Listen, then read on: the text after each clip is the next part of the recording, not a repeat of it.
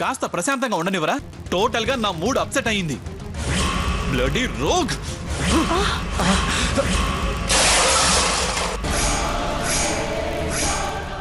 నీతో చాలా విషయాలు మాట్లాడాలి.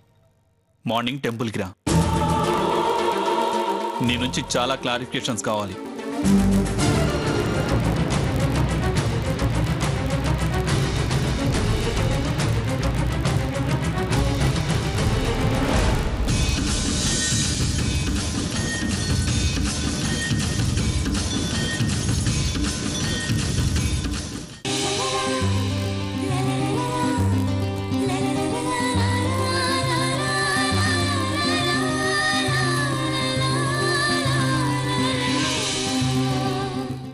మాటి మాటికి వస్తున్నారు, అకారణంగా ఏదో ఒకటి అంటున్నారు, వెళుతున్నారు. నాకు తెలిసి ఏదైనా తప్పు చేస్తే కదా, పలానా తప్పు చేయడం వల్ల మీకు కోపం వచ్చిందని తెలియడానికి, ఎక్స్ప్లెనేషన్స్ ఇచ్చుకోవడానికి. మీకు మీరే ఏదేదో ఊహించుకొని నా మీద సీరియస్ అయితే నేను మాత్రం ఏం చేయగలను? అర్థం లేకుండా మాట్లాడకు. నన్ను మిస్గైడ్ చేస్తున్నావు. ఆ అవసరం నాకు లేదు. నేను చెప్పగలిగేంత వరకు నేను చెప్పాను. నమ్మకం కుదరకపోతే నేనేం చేయను? అసలు మీకు రాంగ్ ఇన్ఫర్మేషన్ ఇచ్చిన వాళ్ళని పట్టుకుంటే అసలు విషయం ఏంటనేది తెలుస్తుంది. అన్నిటికీ నన్నే టార్గెట్ చేస్తే నేను మాత్రం ఏం చేయగలను? తెలివిగా మాట్లాడుతున్నాను అనుకోకు. ప్రశ్నకు సమాధానం చెప్పడం కూడా తప్పేనా? మీరు మిస్అండర్స్టాండ్ చేసుకుంటే నేనేం చేయను? ఏం చేయనేంటి? ఏం చేయను? నేను మిస్అండర్స్టాండింగ్ చేసుకోలేదు. కరెక్ట్గానే అర్థం చేసుకున్నాను. అసలు మీ ఇద్దరి మధ్య ఉన్నదేంటి? ఏం లేందే బయట సర్దేంత చనువెలా వచ్చింది? వాడు ఓవర్ అయ్యాడా? నువ్వు దగ్గరయ్యావా?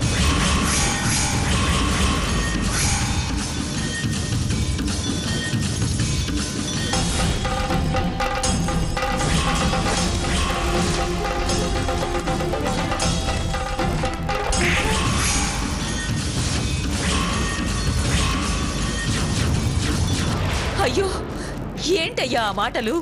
మధ్యలో మీరు మాట్లాడకండి. ఆ అమ్మాయిని పట్టుకుని అన్ని మాటలు మాట్లాడుతూ మధ్యలో నన్ను మాట్లాడొద్దంటావేంటి?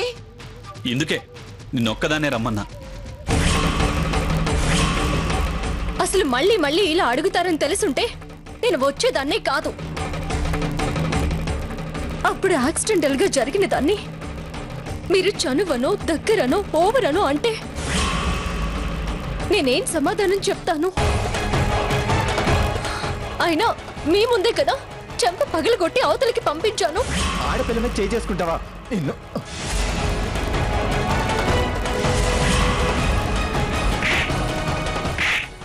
అంత అసహించుకొని పంపి మళ్ళీ వాడికి సాయం ఎందుకు చేశావు? మీ చెల్లెల్ని ఎందుకు పంపావు? సీత,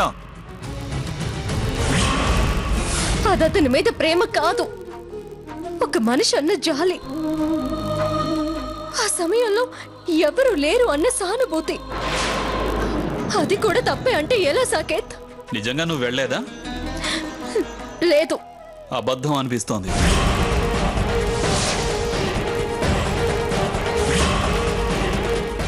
వాడు మళ్ళీ మీ ఇంటి దగ్గరికి ఎందుకు వచ్చాడు? రాలేదు, నేను చూడలేదు. నేను చూశాను, 4 తగిలించాను. రై దిగు, దిగరా. ఎంత ధైర్యం రా, ఎంత ధైర్యం రా నీకు? తగిలించారా? ఎందుకు అంత రియాక్ట్ అయ్యావు? దీన్నేమనుకోవాలి? నేనేం రియాక్ట్ అవ్వలేదు. అసలు ఏమి అనుకునే పనే లేదు. ఈ కొట్టుకోవడం ఏంటా అని ఆశ్చర్యపోయానంతే. మీరు కొట్టుకొని నన్ను బజారుకి ఏడుస్తారేమోనని భయపడిపోయాను. ఎలాగూ కొట్టారు కదా, అతన్ని అడగకపోయారా? నిలదీయకపోయారా? అది చేత కాక ఆడపిల్లనని నన్ను దబాయిస్తున్నారా? సీత, సీత,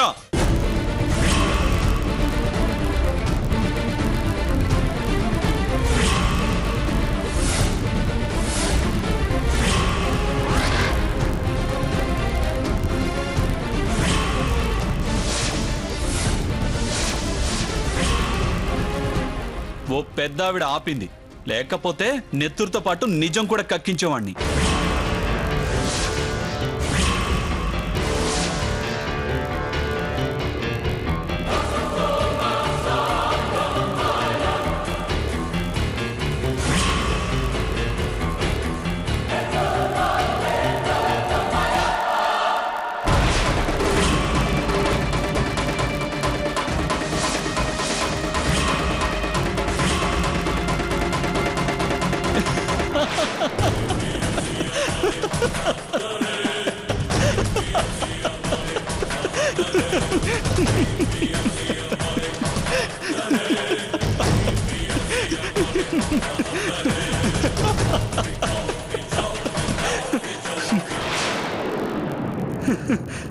నేను తప్పేమో నువ్వు రైటేమో ఈ సమస్యను తీర్చడానికి నీ నిజాయితీని అమాయకత్వాన్ని మంచితనాన్ని మెచ్చి ఆ భగవంతుడు ప్రత్యక్షమై శపిస్తాడో కళ్ళు తెరిపిస్తాడో నా చేతిలో నీ చేతిని పెట్టి ఆశీర్వదిస్తాడేమో అనుకున్నా.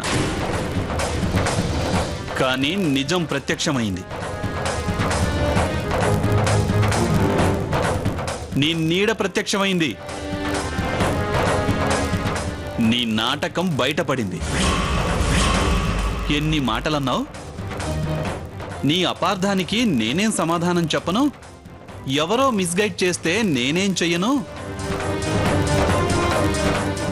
అపర సీతను నా మీద నిందలేయకు అన్నావు. చాలా తెలివిగా తప్పించుకోవాలని చూశావు. అయిపోయింది. అంతా క్లియర్గా క్లారిఫై అయిపోయింది. ఇంక నువ్వు ఎన్ని అబద్ధాలు ఆడినా లాభం లేదు. నిజం బయటపడిపోయింది. చాలా తెలివిగా అంగరక్షకుడిని వెంట పెట్టుకుని వచ్చావుగా.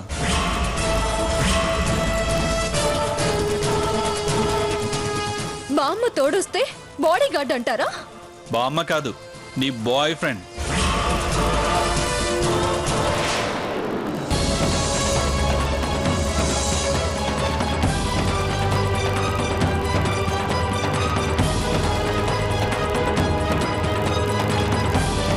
అదిగో వాడి గురించే అంటున్నా.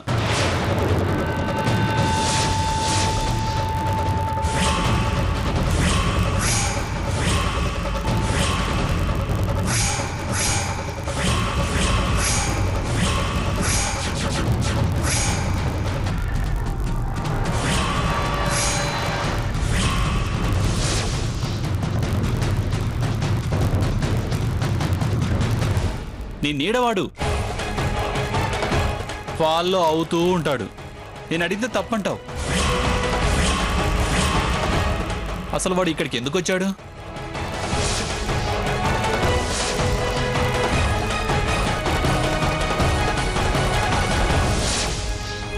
సీత అని కాస్త గట్టిగా అరిచేసరికి రక్షించాలని వచ్చాడు నీ హీరో. ఇతనొచ్చిన సంగతి నాకు తెలియదు సాకేత్. ఇంకా అబద్ధాలు ఆడకు సీత.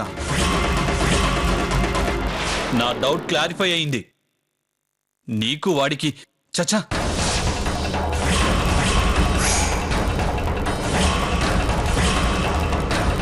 గుడైపోయింది.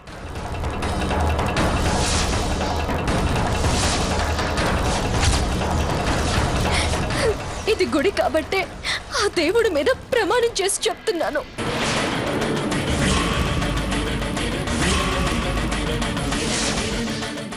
ఇతనొచ్చిన సంగతి నాకు తెలియదు.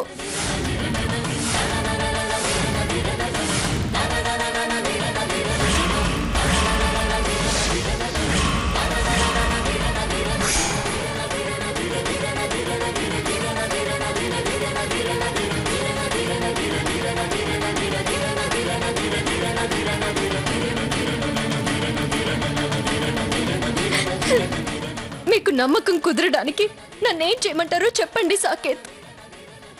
అంతేగాని నా మీద నిందలు వేయొద్దు. నిజం ఇంత స్పష్టంగా కనబడుతుంటే నిందలంటావేంటి? నిందలు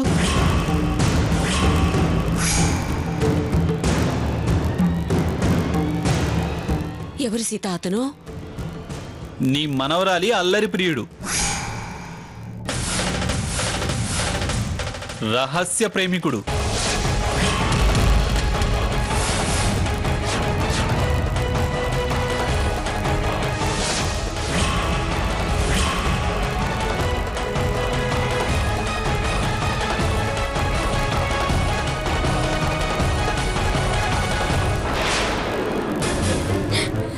సాకేత్ ప్లీజ్ అలాంటి మాటలు మాట్లాడకండి. ఇంకెలా మాట్లాడమంటావు? ఇంకో చోట అయితే ఇంకో రకంగా నా స్థాయి మరిచి మాట్లాడేవాణ్ణి. నిలదీసి జనం చేత చీకొట్టించేవాణ్ణి. ఇక్కడిప్పుడు ఆ పని చేస్తే నా పరువు, నా ప్రెస్టేజ్ పోతుంది. నీలా చీప్ మెంటాలిటీ ఉన్నవాణ్ణి కాదు. లో బిహేవియర్ వాణ్ణి కాదు. నా లైఫ్ పార్ట్నర్ గా నీకు అర్హత లేదు.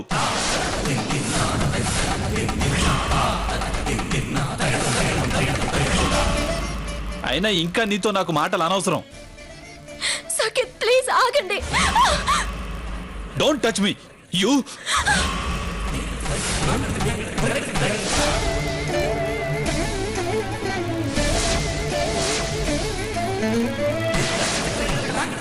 అమ్మ సీత, ఏయ్ మీరు మధ్యలో రావద్దు.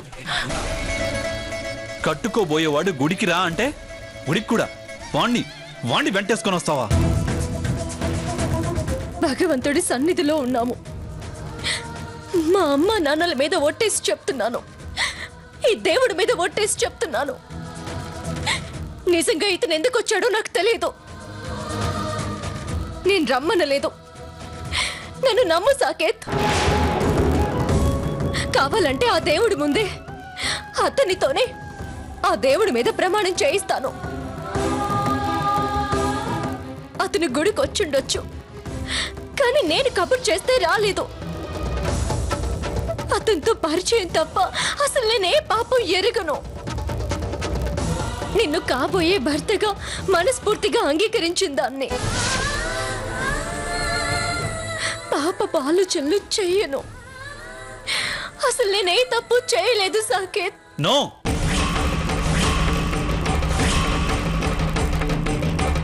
ఇంకా నీ మాటలు నమ్మే ప్రసక్తే లేదు.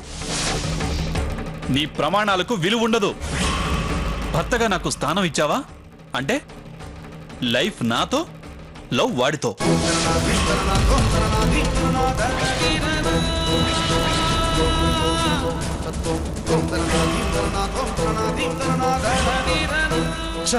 సాకేత్, సాకేత్, తప్పు, చాలా తప్పు. గుడిలో నా మీద ఇంత పెద్ద నింద వేస్తున్నావా? కాలం తప్పకుండా నా నిజాయితీని నిరూపిస్తుంది.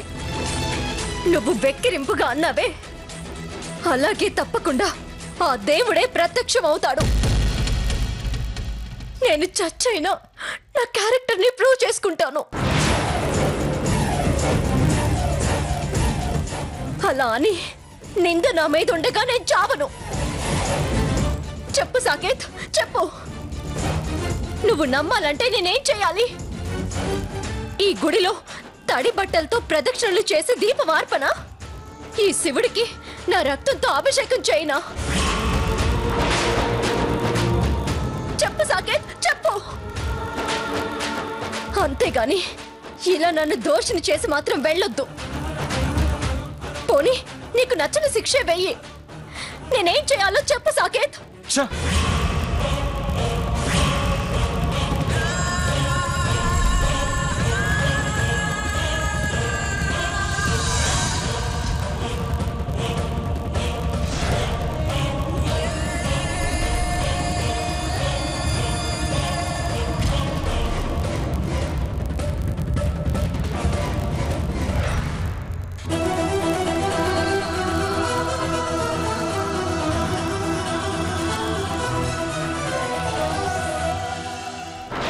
అమ్మ సీత, నానమ్మా, అమ్మ సీత, నానమ్మా.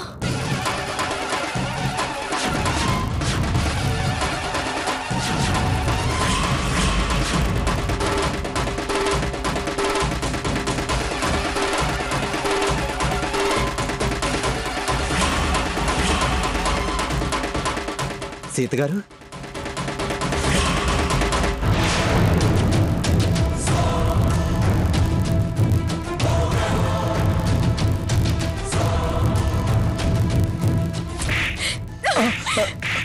సీత గారు, ఒక్క నిమిషం. సీత గారు, సీత గారు, నా మాట. నా మాట. సీత గారు, ఆగమ్మా, ఆగు. సీత, ఆగమ్మా, ఆగు.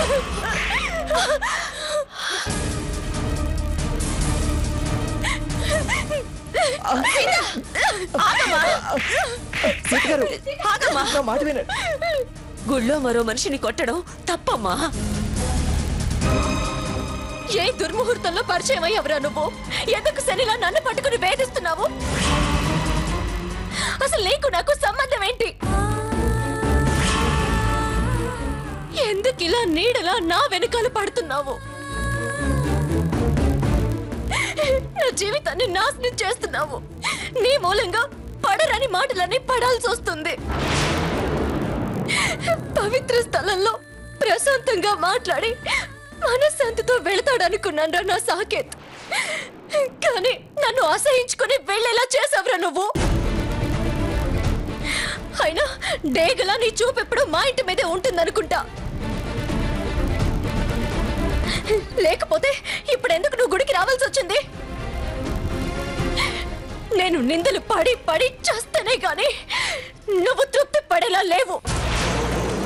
నేను కన్ను మూస్తేనే గాని వీడు తృప్తి పడేలా లేడు. సీత గారు, అమ్మా సీత, అయ్యో గుళ్ళో ఆ మాటలేమిటే? సీత గారు, ఏయ్! సీత ఆగవే. సీత గారు, నువ్వు నోరెత్తకో, నోరెత్తకో. స్కూటీ రిపేర్ అంటూ పరిచయం అయ్యి టోటల్ గా నా లైఫ్ ని రిస్క్ లో పడేశావు.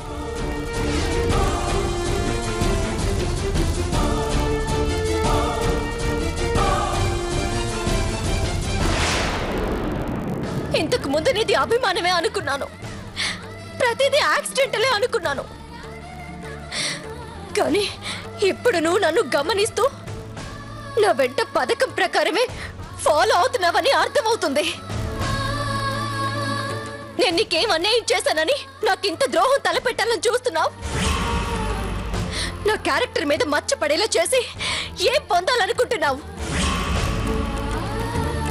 ఇదిగో ఆ దేవుడి మీద ప్రమాణం చేసి చెప్తున్నాను, నీ ప్రయత్నాలు ఏవి ఫలించవు. నా క్యారెక్టర్ మీద మచ్చ పడేలా చేసి ఏం పొందాలనుకుంటున్నావు?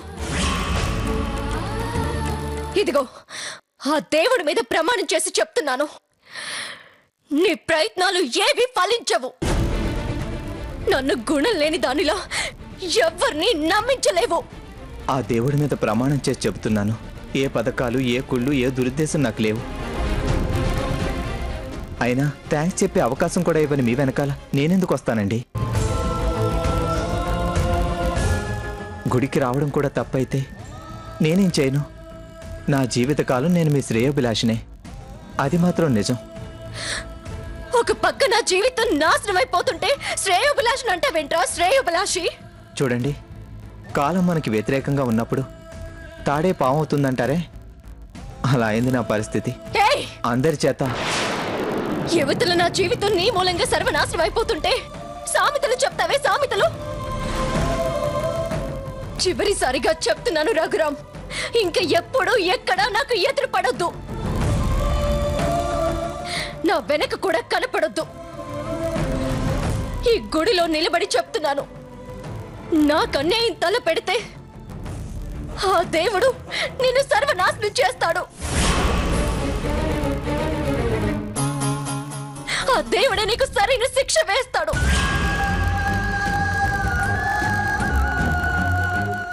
పదనానమ్మా.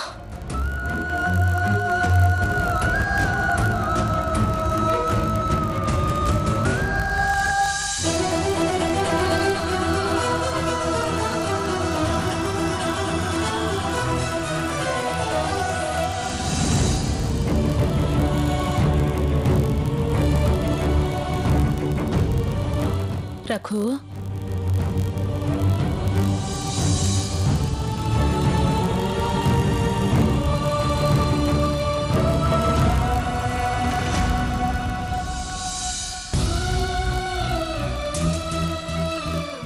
ఏంటమ్మా ఇది? నేనేం పాపం చేశాను? తన నింద తొలగిపోవాలని మనం ఆ దేవుణ్ణి ప్రార్థించడానికి వచ్చాం, కానీ తను నన్ను శపించి వెళ్ళిపోతుందమ్మా. రఘు, విధి నిన్ను పరీక్ష పెడుతోందో తనని పరీక్షిస్తోందో అర్థం కావట్లేదురా. ఇదంతా మంచికో చెడుకో అర్థం కావట్లేదురా. అది ఆ భగవంతుడే నిర్ణయించాలి.